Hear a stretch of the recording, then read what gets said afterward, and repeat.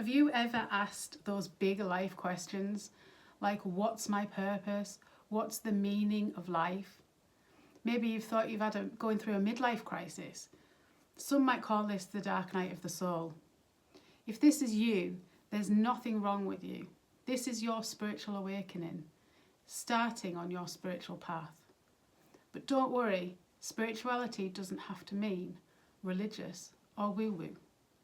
You don't have to spend hours meditating, going on expensive retreats, or waiting for your kundalini to arise. As parents, we haven't got time for any of that anyway, have we? So in this video, I'm going to let you in on my practical spiritual journey to date. And at the end, I'm going to link that into family life. So let's get started.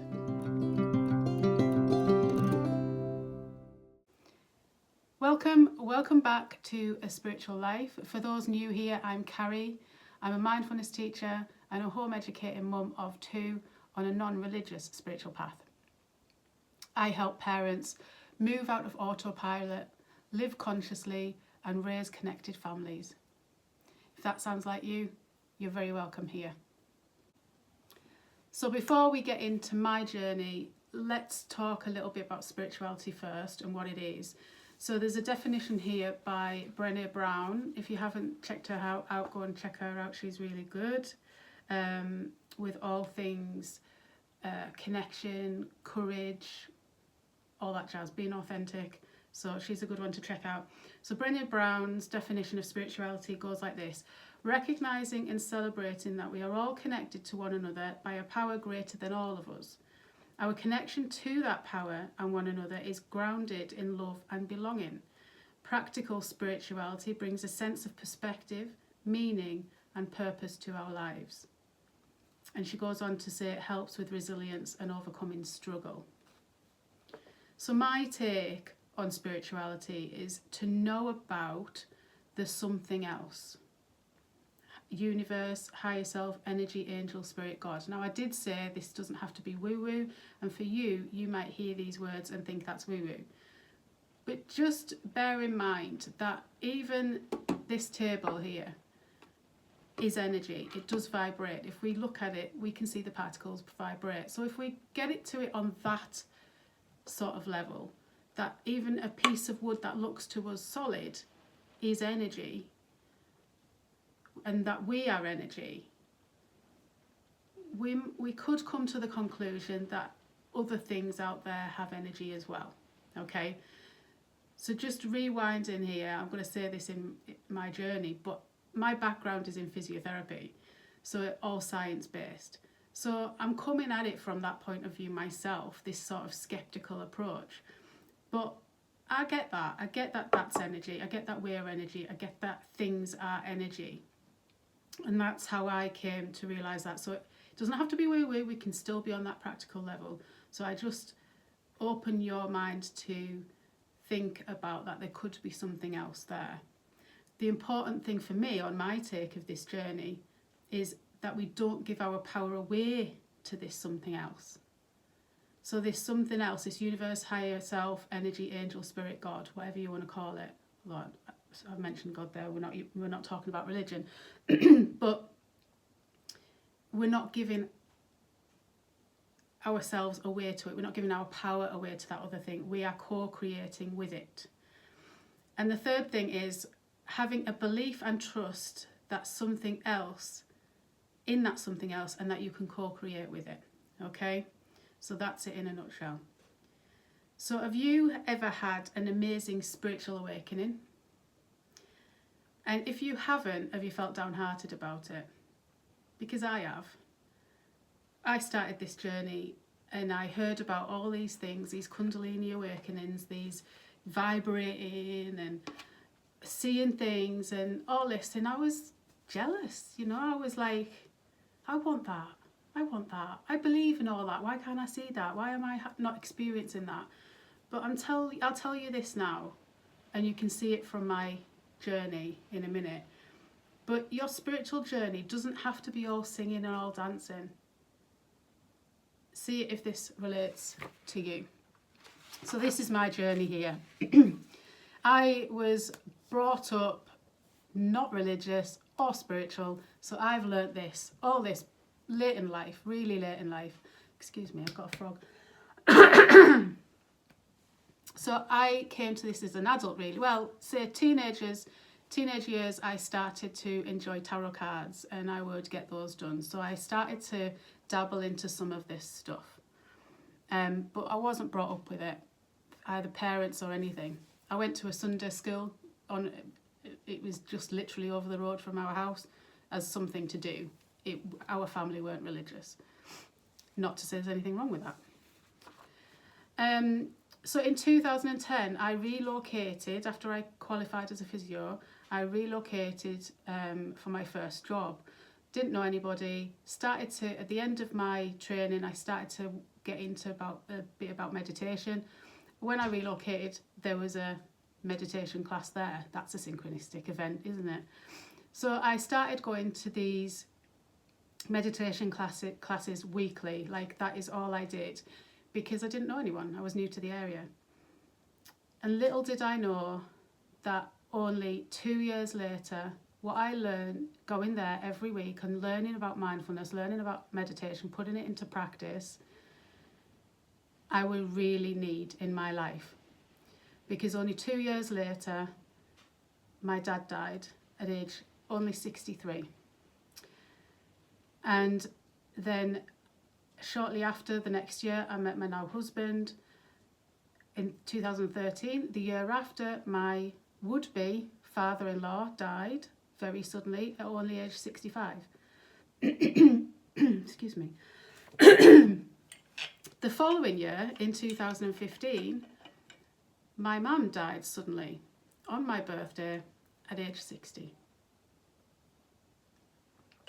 So I had 3 very close bereavements to deal with in as many years.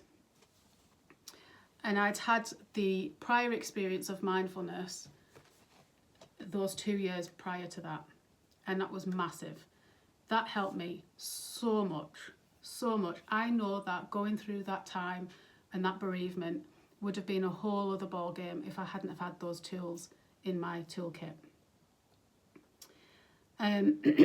So it's helped. I'm now living more mindfully, and this is where my spiritual journey kicked up a gear. Okay, so me using those tools in that big time of bereavement really stepped the game up with my spiritual journey. In 2016, the loss continued, but in a different form. So it was loss of identity. So I had my first child this year, and I didn't go back to my physio job. I'd left the NHS at that point. I was doing something else, and it was very stressful, and I just didn't want to go back full time to that. So I left physiotherapy and went and worked in a supermarket. And the spiritual growth, I've written that in my notes, the spiritual growth that I got there was massive. So to go from something that you've got a career, it's not just a job in a profession, to working in a supermarket and knowing that people would look down on you or think that people would look down on you. And I worked in the supermarket in the same town that I was a physio. So it's like clients and colleagues that you would bump into. And I was really worried about it at first. And it did happen. And I did go bright red. And that's when I then started questioning, using my mindfulness, being curious, what was all that about? And I did all the work, and I'm not my job, you know? I am still me. You've taken me out of being physio and put me in a supermarket. I'm still me. I am not that label. I'm going to do another video on labels because they just mess us all up completely. But this is a loss of identity in essence, and I learned that lesson. I learned that we are more than these labels. So that was a massive spiritual growth. 2 years later then, this was so massive in my life that I wanted to help others. So I trained to be a mindfulness teacher in 2018. And I set up Mind and Body Balance. What is wrong with me? Coughing. Excuse me. So in 2018, I trained to be a mindfulness teacher, and I set up Mind and Body Balance, which was just an online presence. I had a video, a YouTube channel, and it didn't really massively take off. It was pre-COVID, but I loved it. I really loved it, but I called it Mind and Body Balance because I didn't want to say the word spiritual, because I wanted to get men involved. I didn't want people to freak out at the word spiritual, right? And it's amazing how many people do. So I kept it Mind and Body Balance. Mind for the mindfulness, body for the physio side of it and the movement side of it. But then 2020 happened, and I was pregnant at the time.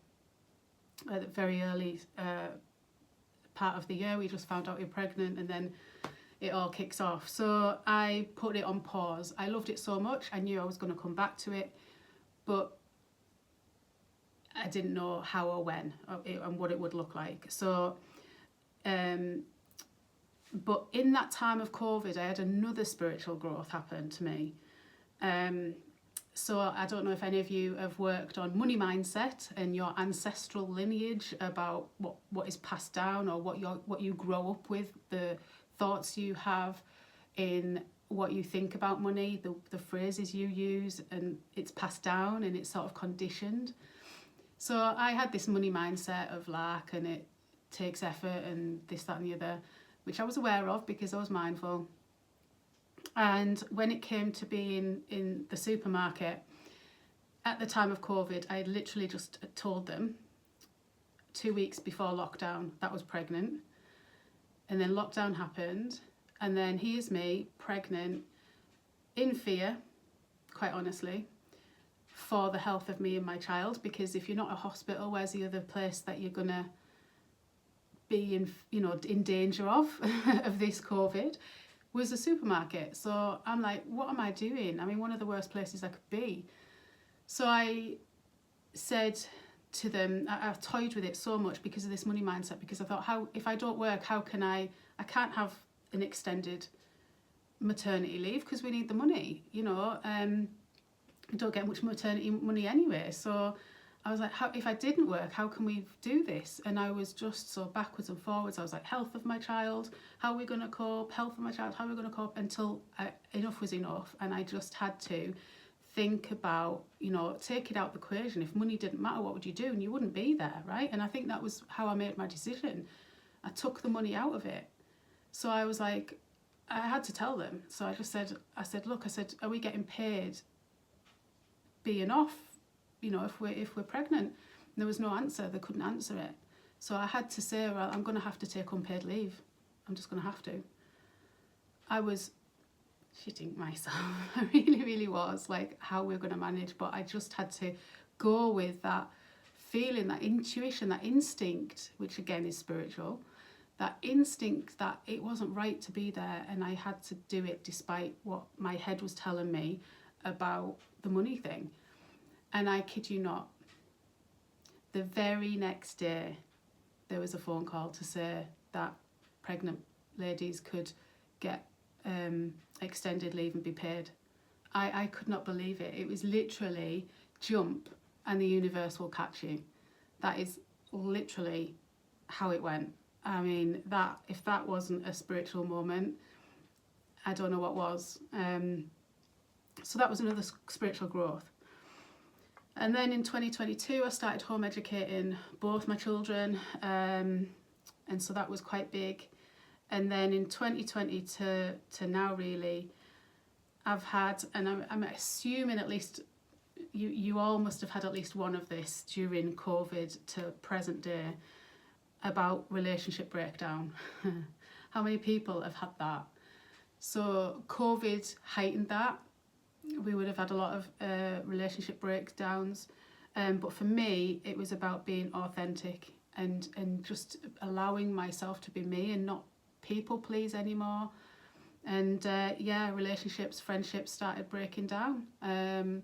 Some I could understand, some I couldn't, and that was really hard, because how do you, and I'm all about communication, connection, I'm all about that, but people were just dropping for no reason. I'm like, and then you think, what have I done?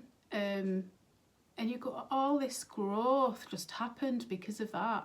And it's still happening now. I'm still losing friendships. But I'm fine with it, because I would rather lose friendships and family for being me than to have all these people and not be me. Because at the end of the day, your life is for you and how you live it. And it's no good, in my eyes at least, to live a life that you're not sort of in line with. Alignment, yeah. So that's what happened. And then in 2023, a spiritual life was born, and I included that word spiritual. I was being authentic. I was being unapologetically me. And the growth continues through doing these videos, through doing my talks that I do at events and all this stuff. And I just love it. And I come alive when I talk about this stuff, and I just want to help people. And so did any of that resonate with you? You know, it doesn't have to be this all singing, all dancing, Kundalini experience. My mind's blowing off in all meditations. I don't see anything in meditations. I sometimes see colours. That is it. It doesn't mean I'm not spiritual. It doesn't mean I'm not on a spiritual path. It doesn't mean I'm being me and authentic and listening to my inner self and co-creating, if you want to say that, with others. It doesn't mean that. It's different for everybody. So you can see how mindfulness aided my journey. That's where it started, and that's where it continues. Mindfulness is to pay attention to the present moment without judgment. In other words, to be in the now with kindness to yourself and others. So mindfulness was the gateway to spirituality for me. And that's what I teach at A Spiritual Life. And that's why it is very practical in my eyes, because that's how it came to me. It came in this practical way. So I see a spiritual path as a practical thing, a two-step approach. So I'm going to talk to you about the difference here of how I do that. And it does jumble up. It's not like steadfast. But I've got a column of mindfulness and I've got a column of spirituality. So the why. So in mindfulness, it helps to go from drowning, it's all too much and feelings of overwhelm, to surviving, okay? So mindfulness helps us to survive. So back to my bereavement, I had the tools, I was drowning. Without the tools, I would have been drowning for a lot longer.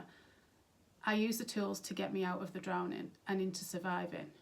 But surviving isn't enough, is it? It's not enough just to have the tools to get by and survive. So that's where spirituality comes in. So you move in from not just surviving, but to thriving, okay? So that's the why. The how. So with mindfulness, we realise that we've only got control of ourselves. We can't control others, we can't control situations. All we can control is ourselves and how we respond to the external, to outside people or environments, okay? But you can tune into yourself more and learn how to give yourself what you need, things like self-care. So the how is tuning in to what you need. And spirituality side of it is you find your mojo, your creativity, and your passion. Okay, so it goes that one step further. So self-care again is good, but again you're sort of on that survival mode. You know, I need some time out, or I'm doing some meditation because I know it's good for me. But are you lit up? Does it make you light up and thrive and really live your life in joy and bliss and all that stuff? That one step further is the spirituality that takes you there. Finding your mojo, your creativity and your passion. Okay? The how. So with mindfulness, we get curious with life. We ask questions. What are we feeling in the moment? So we ask things that are going on in the moment. How we're feeling, what we're thinking, what's going on in our bodies, what's our body sensation, our embodiment. So we ask those in mindfulness. That's the how. And I started this video with these questions. So when we move into spirituality, it attempts to answer the big life questions. What's the meaning of life? Am I on the right path? So those are the questions that spirituality will attempt to answer. Whether you answer them or not, it's fun to try and find the answers to them anyway, okay? So you might spend the rest of your life trying to answer those questions, but that's you being on that spiritual path. So back to the how, mindfulness gets curious and asks the questions, and spirituality attempts to answer them, the big life ones. Tools then, so the mindfulness, you've got tools to help the mundane and be present in the mundane stuff. So the sacred in the mundane, I heard that the other day. So to be sacred in the mundane is mindfulness. So washing up, brushing teeth, mindful walking, be present in the activities that you do every day. Try and do it without your phone on. Now I'm in the habit of that. I'll have a YouTube video on and I'll be washing up or whatever, but sometimes I'll be like, I just need the silence. We as parents need this silence more than ever. And those times where we're doing the washing up or whatever it is, we can just get that silence from not putting the phone on. Just do that and give yourself a bit of a headspace. It really, really works. You don't have to do it every time. I'm not saying never put your phone on when you're doing these things, but see the difference of what it's like when you do that. So spirituality then, what are the tools for that? So it's things like your intuition, that's big. Knowing about you, know thyself. Who are you? What is you? What lights you up? And all those things about you. Channeling, journaling, learning divination tools. Again, you might feel that's a bit woo-woo. You might come to them later on. It doesn't have to. You don't have to. You could stop at the practical stuff. That's fine. But yes, intuition, learning to trust you. That's a big one for me at the minute. So that's the two-step approach that I use, that I came to spirituality with, and what I then teach to you guys. Accountability. For those of us who are spiritual but not religious, where is community? The connection and the commitment on this path. A spiritual life helps with this. So that's saying basically religion has got, whatever your thoughts on religion, they've got something. They have accountability. They show up every week without fail to do what they do, okay? But when you're spiritual and not religious, we don't have that. And that's how we get this bad rep about it being new age and all airy-fairy, because there's no commitment. It's like, I'll show up when I want and I won't when I want. Now, there's a difference between having self-care and looking after yourself. Like, I need to sleep, so I'm not going to get up and do my meditation at 5 o'clock in the morning. But when that becomes a regular occurrence, then you need to step up with the accountability. And it's hard. When you're starting to do something like this, it can be really hard. So that's what I'm here for, to help do this with you. So these are my teaching videos, but I also have vlogs as well, which is me doing the work and doing it with you. Because it's one thing having people on the top of the mountain telling you how to do things, and you can sort of relate, but it doesn't really resonate with you because it's not your time of life. So me, being a parent, busy, business, home educating, finding the time to do all this, I get that. So I'm here. If this is you, you want to bring spirituality into your life and you want that accountability, then that's what I'm here for. And I'm here to do it with you and show you, it's not all unicorns and rainbows. Connections then, slowing down, being more present, listen to each other and start living the way you want as a family. So we're doing something really big at the minute. I will put this out on one of my Carrie's Crack videos, which is the vlog. So watch out for that. But us as a family are doing something really big. We are really walking the talk with this. So slow down, be more present, listen to each other and start living the way you want as a family. Spirituality then, start to talk about and implement these practices in your family. Talk about intuition, dreams, energy, meditate as a family. You could just do a mindful walk. Have family rituals and ceremonies. That's a really big one that we started. So we have started to really be mindful of the fact that we're celebrating religious traditions like Christmas and Easter when we're not. And we're like, we've got young kids, so we're teaching them about this, and we're finding ourselves a bit, hypocritical, we're not religious, but we'll celebrate Christmas and Easter. And so we started to think, well, actually, that's not being authentic. So we stopped doing that and we started doing it in our own way. we started to go to these festivals like Beltane and things like that, and celebrate nature at these times of in the year, you know. So that's what we do. So that might be something for you, you know. I'm not saying you'll go to these ceremonies, but you might do your own. How good to make your own ritual as a family. And so my mission in all this, in a spiritual life, is to help parents embody these tools themselves. So you as the parent learn these, and then you teach them to your kids by teaching them, but also by mirroring it to them. So you're going to practice these, live your life more mindfully, and it will be mirrored back by your child and your spouse. Let's get these men in. So that's how it would do. And then so that they can look inward in times of crisis instead of look out for external validation and addictions as they age and approach adulthood. So let me explain that. So your kids growing up seeing you practicing meditation instead of reaching for the bottle or reaching for the chocolate, which I'm guilty of, or putting Netflix on and zoning out, or scrolling on your phone. You know, if your kids watch you sit in the pain, which is inevitably what it is, that's why we distract, because we don't want to be in this pain. They will learn the tools too, and they will hopefully never even go down that route. You know, they won't have even seen it in the house, in the home life. Yes, they're going to see it with their peers likely and things like that, but you know, you're setting them up. What they do outside of the home, you can't control. It's back to mindfulness.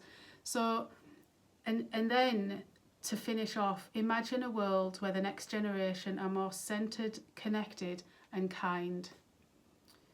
So the work starts now at home within you and your family unit, and I'm here to walk it with you. So I did mention it earlier, I do teaching videos on a Tuesday. I'm just starting these back up again after our big, massive family thing that's still ongoing at the minute, but hopefully we'll be at the other end of it by the time these videos go out. So teaching videos on a Tuesday, which is this sort of style, and then Carrie's Crack, which is just my vlog and what I feel, my thoughts and feelings about doing this journey. And I just want to say that if any of that has resonated with you and you've enjoyed it and you've got some tools from it, I've given you a few tips and tools there. But if you want to know a bit more, there's a free PDF guide that you can get. It's in the link in the description. How to live a spiritual life for parents, and it's part 1. So it's part 1 being the mindfulness stuff, and the mindfulness, the gateway to spirituality. So it's part 1. The 5 quick and easy routines to start implementing today. So check that out in your description, in the description below. And if you've got any questions or any comments about anything I've spoken about today, drop them in the comments and I'll do my best to get back to you. Okay, so let me know if you've had, what your thoughts are on being spiritual. Do you think it's woo-woo? Do you think it has to be about religion? Have you had a spiritual awakening? Are you craving one? Do you feel you need one after this talk? Do you feel like you have to have it? Has it taken that grasping need off it a little bit? I hope it has, because it did for me when I sat with it for a bit. So that's it from me. Much love. Bye for now.